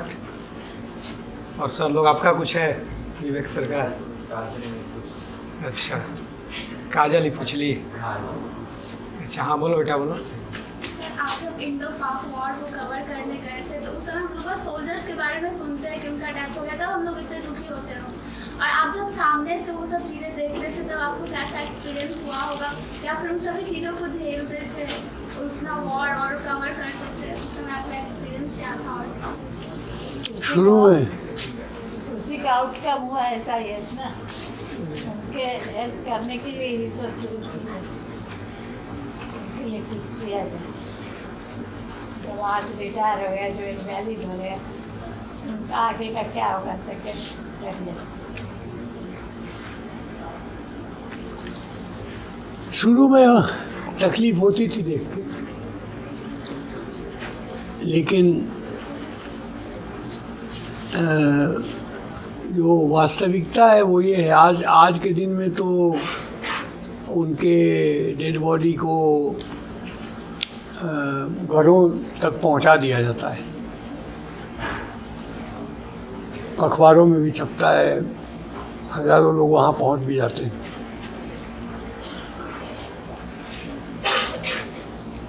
उस समय इतनी व्यवस्था नहीं होती थी।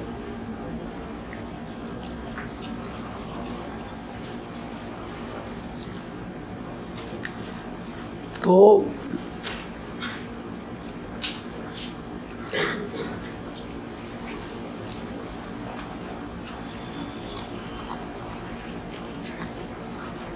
डेड बॉडी को घर नहीं पहुंचाया जाता था, पहुंचा ही नहीं सकते थे। उस समय के सरकार की योजना नहीं थी, उस समय के जो गवर्नमेंट के पास साधन भी नहीं थे, इतनी संवेदनशीलता नहीं थी उनकी। इंजर्ड जो है उसको ज़रूर हम लोग सेव करके लाते थे कि जो चला गया तो चला गया, जो इंजर्ड है उसको अगर हम बचा सकते हैं तो उनको बचाएं। इसलिए उस समय और अभी की, अब कहाँ 71 बताओ, अभी कहाँ पहुँच गए, बहुत फर्क है।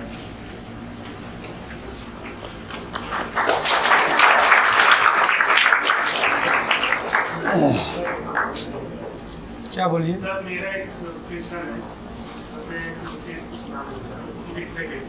सर आपने जो बुक लिखा है, आपको ये सब जो भी आपने लिखा हो जिसमें आपके जीवन के बारे में वर्णन कि मैं आपके व्यक्तित्व से बहुत इससे देखो ऐसा है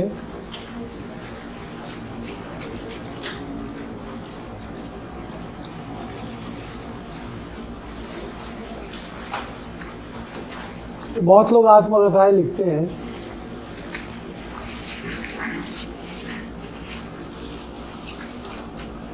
लेकिन मैंने बहुत बार सोचा और मुझे लगा कि मैं कभी भी अपनी आत्मकथा लिखूंगा ना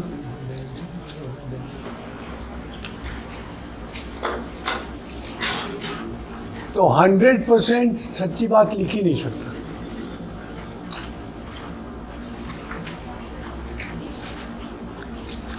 क्योंकि अगर 100% सच्ची बात लिख दूंगा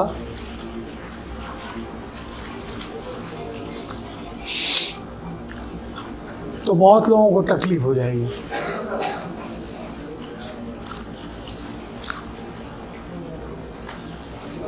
तो या तो झूठी बात लिखूंगा या बहुत सारी सच्ची बातों को छिपा दूंगा।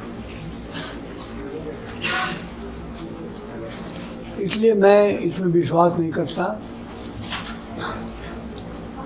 अभी तक तो कम से कम पानी दे दीजिए। मेरे मन में ऐसा कुछ नहीं है कि हमको आत्मकथा लिखना चाहिए। पानी उठा जो मैं काम कर रहा हूँ लोग देख रहे हैं, बाद में उसके बारे में जिसको जो लिखना हो लिखे। मैं क्यों अपने बारे में कुछ भी लिखूं।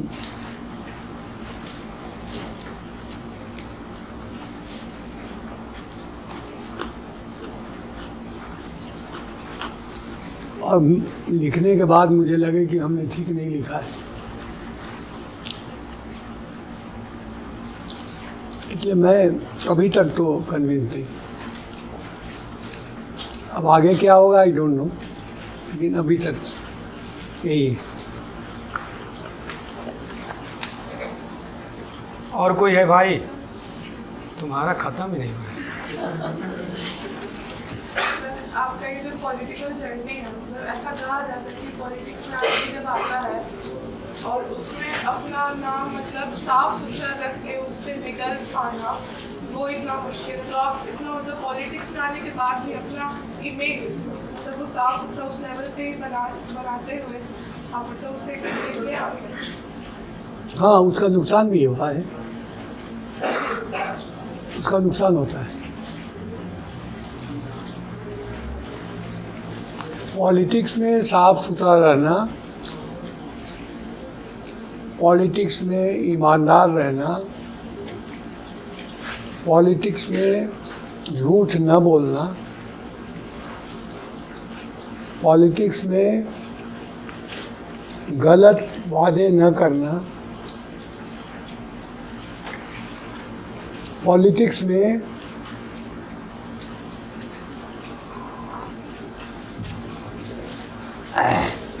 जो सच है उसको सच कहना, जो नहीं हो सकता हो उसको कहना कि ये नहीं हो सकता है।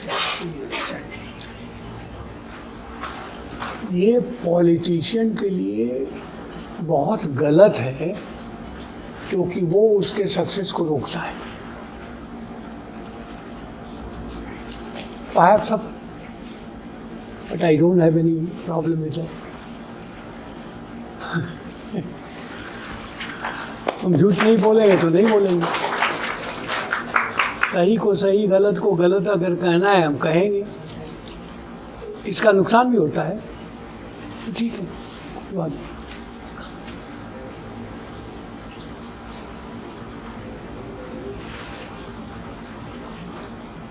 और कोई भाई? अच्छा, वैशाली, चलिए।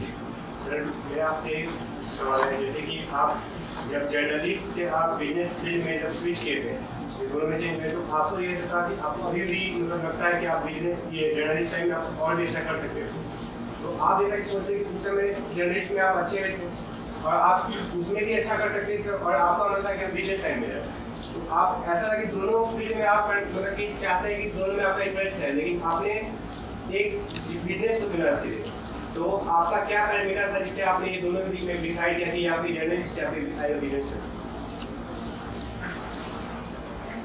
तुमने पूरी बात मेरी सुनी नहीं। मैं बिजनेस में अपने मन से नहीं आया, कोई इच्छा नहीं थी मेरी। लोकनायक जयप्रकाश नारायण जिनको मैं फॉलो करता था, वो मेरे आइडियल थे। उन्होंने कहा कि तुम 71 वार में रहे हो, तो 4 लाख एक सर्विसमैन अभी निकाले जा रहे हैं, इनके रिहेबिलिटेशन के लिए कुछ करो। उनके कहने से अपने मन से नहीं है। ये ठीक है कि यहाँ भी आया तो ठीक ही काम हुआ। नहीं, मगर आज भी लिखते हैं, आज भी इनकी किताबें छपती है, तो उसको तो आप जीत है पत्रकारिता और लिखने की अपनी जो शक्ति है। ये जो आप लोगों से मैं चर्चा करता हूँ कि आज भी सुबह 8 बजे पर डे लिखना, और लेख तो आते ही रहते हैं कि मतलब मजबूरी में ये बिजनेस खड़ा हुआ और जो पूरे मतलब यूथ के लिए एक रोल मॉडल हुआ, लेकिन जिसका जो ड्रीम रहता है, नहीं तो सामान्यतः क्या होता है कि आपको कहीं दूसरे जगह शोहरत मिला तो अपना जो शौक़ है और आपका जहाँ पर एक था कि इसी से हमको आगे बढ़ना है, तो सामान्यतः ऐसा नहीं होता है।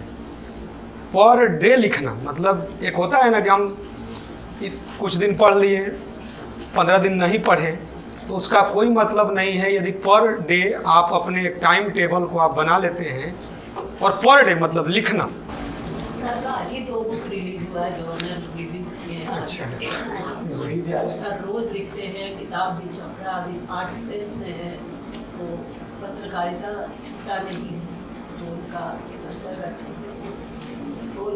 रोज लिखते हैं।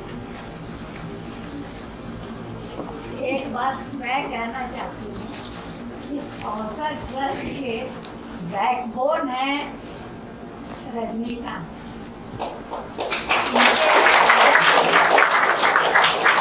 ये संस्था बढ़ रही है, लगातार बढ़ रही है, और मैं आज देख रही हूँ कि मतलब वो बोल भी रहे हैं, तो उसको आप लोग समझिए एज ब्लेसिंग्स एंड गाइडेंस।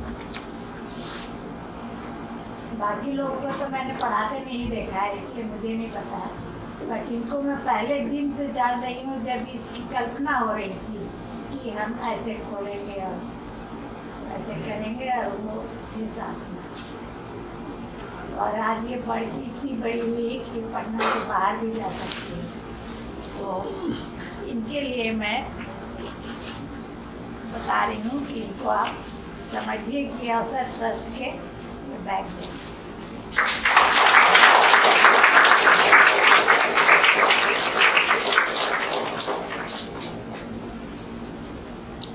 ये माता जी ने जो बात बोला, तो आप लोगों को जो सबसे अधिक के, आज मैं सुबह में कुछ पढ़ रहा था, उसमें मैंने यही पढ़ा कि जो सबसे अधिक आपको समझाता है, वो सबसे अधिक अभी इनिशियल में आपका दुश्मन है। इनिशियल मतलब इसलिए कि कर जाओ। अरे भाई, जब तुम कुछ पैसा ही दे चुके हो तो हमको क्या मतलब है। सामान्यतः मैं अदर इंस्टीट्यूट की बात करूं, तुम लोगों के लिए क्यों परेशान है। विवेक सर कई बार बोलते हैं कि सर अपने बाल बच्चों के लिए इतना मेहनत तो हो ही नहीं सकता है, और शायद कई बार उसको नकारते हैं हम, लेकिन हमको भी ये हो गया कि ये मेहनत नहीं हो सकता है। होता क्या है कि आप कभी दान करते हैं और उसका फोटो खिंचाते हैं, उसका भी बेनिफिट मिलता है, लेकिन गुप्त दान का कई गुना अधिक बेनिफिट मिलता है। तो ये एक प्रकार का गुप्त दान है, और मतलब नहीं होता है कि डांटना, सामान्यतः नहीं होता है कि बच्चों को आज 2 पेज मतलब ये हुआ। अब जैसे अंशु जी हैं, अंशु को मैंने बोल दिया, गए थे दशहरा मिलने के लिए, और तो चेयरमैन सर से इन्होंने बोला कि हमें यह डर रहता है कि हमें कभी भी निकाला जा सकता है। अरे भाई, तो ये डर अच्छी है, ये डर अच्छा है कि आपको कभी भी, अभी कुछ दिन पहले अब जैसे सुन रहे थे कि अपने काम के प्रति ऑनेस्टी रखें। अब इनको मैंने कुछ पकड़ा गया, अभी कितने मंथ का होगा, 1-2 मंथ का पहले की बातें होगा। अरे जब तुम खुद ई रिक्शा चलाते थे तो मैं चाहता हूं कि तुम ई रिक्शा ना चलाओ। तुम्हारा जीवन बनेगा तो हमको क्या मिलेगा? खुशी मिलेगा, और तो कुछ होने वाला नहीं है। अब तुमको दे दिए, एक दिन में 300 पेज लिखना है। तुम रात को अवसर हॉस्टल में गौतम जी के पास पहुंच गए कि सर से कॉल करके बोलिए 300 नहीं हो पाएगा हमसे, अगले दिन जो भी करेंगे, पीटेंगे, मुर्गा बनाएंगे, जो भी करेंगे। तो भाई तुमको 300 पेज, हम भी जानते हैं कि सामान्यतः नहीं लिख पाओगे, लेकिन देने का मतलब नौबत आया क्यों? यदि तुम पर डे का पढ़ाया हुआ नोट्स बनाते, डेली प्रॉब्लम प्रैक्टिस शीट पर तुम काम करते, ठीक है अभी स्थितियाँ पहले से बेहतर हो चुकी है, लेकिन लड़ाई आसान थोड़ी नहीं है। 9.5 लाख 10 लाख बनाम सोचिए कितना % रिजल्ट है। तो जो भी आपके सीनियर, सबसे पहले तो आपके सीनियर आते हैं, मिलते हैं, और ये नहीं है कि जब आते हैं तब मिलते हैं, मतलब कुछ बच्चों से तो हॉस्टल में भी रहते हैं, यहाँ भी आते हैं, क्या बताते हैं कि यदि रियल में इस लेवल का ऑनलाइन पढ़ाई, ऑफलाइन पढ़ाई हो जाता, सोचिए ऐसा नहीं था उन लोगों को मोबाइल पर 9-9 घंटा पढ़ाना, लेकिन रियल में इस टाइप का, क्योंकि AI कितना भी, आर्टिफिशियल इंटेलिजेंस कितना भी आगे बढ़ जाएगा तो इमोशन नहीं ला सकता है। आप फ्रस्ट्रेट हैं, आपसे क्वेश्चन होता है ना, टेक्नोलॉजी बढ़ रहा है, अच्छी बातें हैं, नॉलेज अलग अलग सोर्सेज से लेना अच्छी बातें हैं, लेकिन इमोशन कहाँ से लाएगा? आपको फिर से जिंदा कैसे करेगा? आप लोगों को मालूम है जनवरी में पेपर है, और आप लोगों का फिर से 11th चालू है। देश के किस इंस्टीट्यूट में जिसका 11-12 दोनों खत्म होने वाला है, और 7-8 बच्चों के लिए 1 बजे से 2:15 तक क्यों चालू है? क्या 1.5 साल के बाद फिर से 11th पढ़ाया जाता है, 10th पास बच्चे को पढ़ाया जाता है? कि जो भी आपकी कमियां हैं हम लोग पूरी तरह, क्यों हम 1 बजे से 2:15 पढ़ाएंगे भाई? सब टीचर लगे हुए हैं उसमें। अब ऐसा सिस्टम बनाएगा कि 2 दिन मैथ, 2 दिन फिजिक्स, 2 दिन केमिस्ट्री। तो आप किसी को अफसोस भी हो रहा होगा कि हम 1 साल तक क्यों मेहनत नहीं किए, लेकिन फिर भी है कि आपका रिजल्ट आए। जनवरी है, फिर अप्रैल में भी जेईई मेन मौका देगा, तो क्यों हम अप्रैल के सक्सेस के बारे में बात करेंगे? हम जनवरी में ही ऐसी खुशियां लाएं कि 99% आज सब बच्चे लाए। तो ये एक सौभाग्य है, और मैं ये गारंटी है कि हर बैच के साथ तो होते ही रहेंगे, लेकिन सामान्यतः 1.5 साल के बाद फिर से 10th पास बच्चे के जैसा व्यवहार नहीं होता है। तो पूरी तरह तो सब कोई इंगेज हो चुका है। किसके लिए हुआ है? तो आज सबसे बड़ी बात बार बार बोलते हैं, कितना भी पढ़ लीजिएगा, फेयर बना लीजिएगा, खूब लिखिएगा तभी रिजल्ट आएगा। लिखना ही पड़ेगा। Per day each subject minimum 25 page आपको लिखना पड़ेगा, और तीनों सब्जेक्ट 75 पेज लिखिए, और 30 दिन के बाद अपने इंप्रूवमेंट को चेक कर लीजिए। लिखना ही पड़ेगा। मोमबत्ती बेचने वाला IIT BHU चला गया, उसके पिताजी, आप लोगों को मालूम है ना, पोस्टर बैनर पटना में साटते हैं उसके पिताजी। लड़की कहाँ है? IIT धनबाद में उसकी बहन है। कैसे जगी रह जाती थी वो। तो भाई अब क्लास से रिमूव हो जाओगे तो सामने रहोगे तो जिंदा कैसे आप कर रहे हैं? अरे जिंदा का मतलब समझ रहे हैं, जब अंदर से मर चुके हो, सामने हो तो जिंदा कहीं ना कहीं हम लोग पहुंचा ही देंगे। सामने हो तो पहुंचा ही देंगे, फिर से पढ़ाएंगे, फिर से पढ़ाएंगे, फिर से पढ़ाएंगे। आपको 20 बार पढ़ना है, पढ़िए। अरे ईश्वर ने जो 24 घंटा का समय दिया इसी में, लेकिन रिजल्ट सिर्फ और सिर्फ तभी आएगा हम 20 बार पढ़ा दें, चाहे 50 बार पढ़ा दें। आप नहीं पढ़िएगा जाकर घर पर, तो फिर हम 50 बार पढ़ा देंगे, समय बीत जाएगा, और फिर समय है तो फिर लौट के तो आता नहीं है। तो शायद इस सेशन से आप लोगों को एक सीख मिला भी होगा, और जम के करिए, मतलब एक क्रांति की तरह आप ला दीजिए कि मतलब जनवरी का मतलब क्या है, 2 से 3 महीना में तो कोर्स खत्म हो जाते हैं। कोई बड़ी बात थोड़े नहीं। यदि आप लग जाइएगा तो ये सब कोई बड़ी बात नहीं है। और कई बार आप लोग क्या बताते हैं कि IIT में ना BSc का क्वेश्चन आने वाला है, ना MSc का क्वेश्चन आने वाला है, ना PhD का आने वाला है, ना नर्सरी से 10th तक का आने वाला है। तो दुनिया में सबसे छोटा सिलेबस तो है, यदि सोच रहे हैं तो। 11th 12th कॉन्सेप्चुअल आ रहा है। ठीक है भाई, सबसे कम उम्र का सबसे टफ कंपटीशन। सोचिए ना हिस्ट्री आएगा, 10th से कम हुआ कि नहीं? ज्योग्राफी आएगा, कम हो गया। हिंदी आएगा, इंग्लिश का एग्जाम होगा, सिविक्स होगा, तो इतना संस्कृत होगा, तो इतना तो आपको कम हो गया। तो आप तो पॉजिटिव सोच नहीं रहे हैं। इतने सब्जेक्ट के दायरे कम हो गए, आपको एक अल्प सब्जेक्ट मिल गया और उसी पर बस आगे बढ़ जाना है। और शायद हम लोग एक खुशियाँ जो है, एक बड़ा कार्यक्रम हो हम लोगों का, और आप लोग रिजल्ट दीजिए।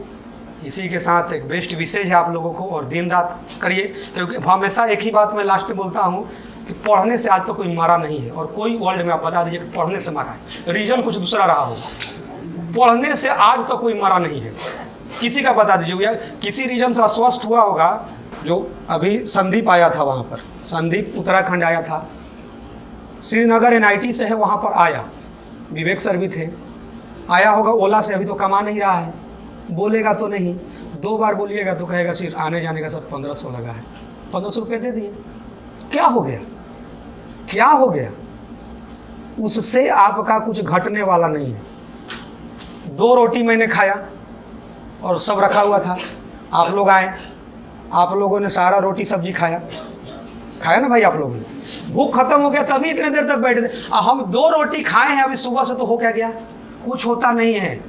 रात को खा लेते हैं 15-16 रोटी, मैनेज तो कर ही लेते हैं, किसी तरह मैनेज हो ही जाता है, या सलाद खा लेते हैं बहुत। तो बस यही रखिए कि पढ़ने से, और आपके बारे में कह रहे हैं आप बहुत क्लास गैप करते हैं, मतलब लगभग सप्ताह 7 दिन का होता है, 3 दिन 2 दिन, कौन सी दुनिया है भाई?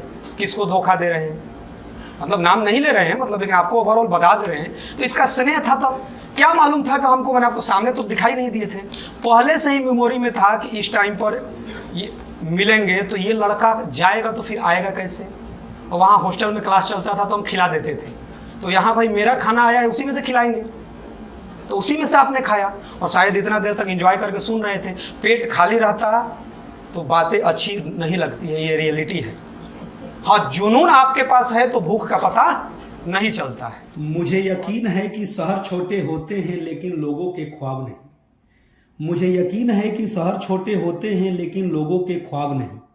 मुझे यकीन है कि हार और जीत के बीच के फासले बड़े होते हैं परंतु नामुमकिन नहीं। मुझे यकीन है कि आदमी का कद उसके इरादों से मापा जाता है। करो यकीन खुद पर तो दुनिया तुम्हारी, क्योंकि जीतने वाले छोड़ते नहीं और छोड़ने वाले जीतते नहीं। जहाँ कोशिशों का कद बड़ा होता है, जहाँ कोशिशों का कद बड़ा होता है, वहाँ नसीब को भी झुकना पड़ता है। बड़ी मंजिल के राहगीर कभी छोटे दिल नहीं रखा करते।